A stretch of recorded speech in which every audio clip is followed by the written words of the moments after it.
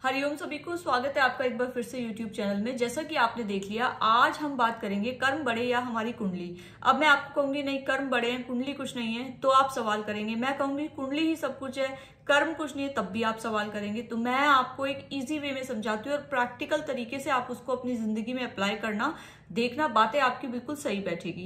देखिए, 3 टाइप के कर्म बताए हैं, प्रारब्ध बताया है, संचित बताए हैं और क्रियामान बताए हैं। इन तीनों को अब एक तरफ रखें।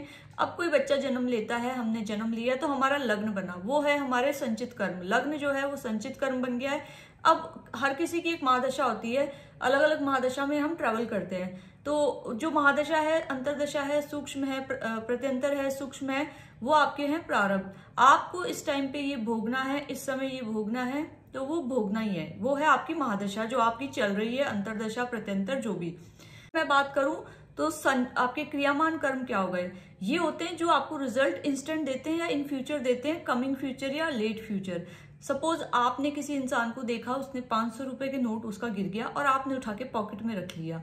अब आप क्या आगे गए और थोड़ी देर बाद आपका 1000 रुपए का चालान हो गया, आपको उसका परिणाम वही मिल गया।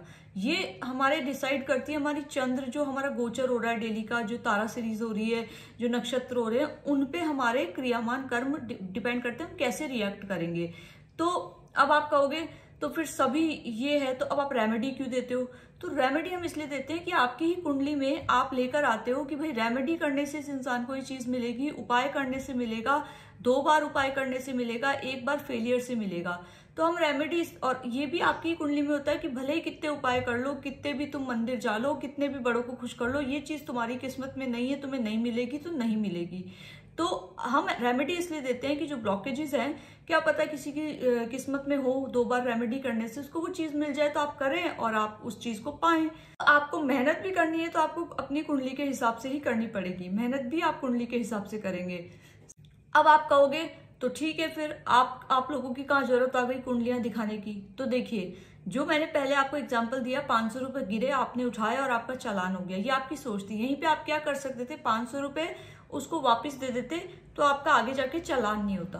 तो यही थॉट प्रोसेस आप महादशा में कैसे रिएक्ट करोगे, अपने बैड टाइम में आप कैसे रिएक्ट करोगे, कितना माइंड का बैलेंस रखोगे, गोल जो आपको अटेन करना है लाइफ में, उसको कैसे उस तक पहुंचोगे, डेस्टिनी तक कैसे पहुंचोगे, क्या क्या हर्डल्स आप करोगे और कितना आप सच्चाई से चलोगे, ये सब अवेयरनेस के लिए आप कुंडलियां दिखाते हो।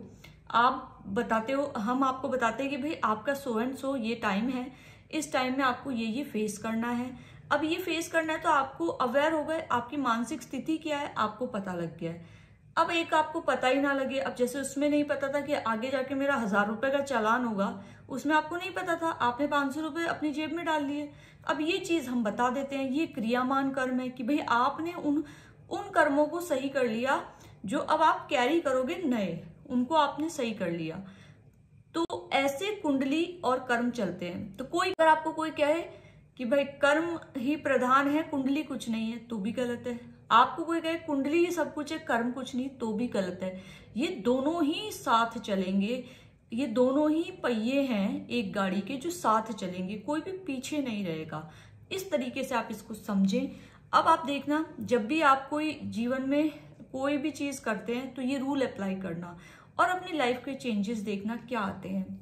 तो होपफुली आपको ये वीडियो समझ आया होगा, जितना मैंने समझाने की कोशिश की है। आया है तो उन लोगों को जरूर सेंड करें जिनको कंफ्यूजन रहता है, और लाइक भी करें, इसको शेयर करें, मेरे चैनल को भी सब्सक्राइब करें।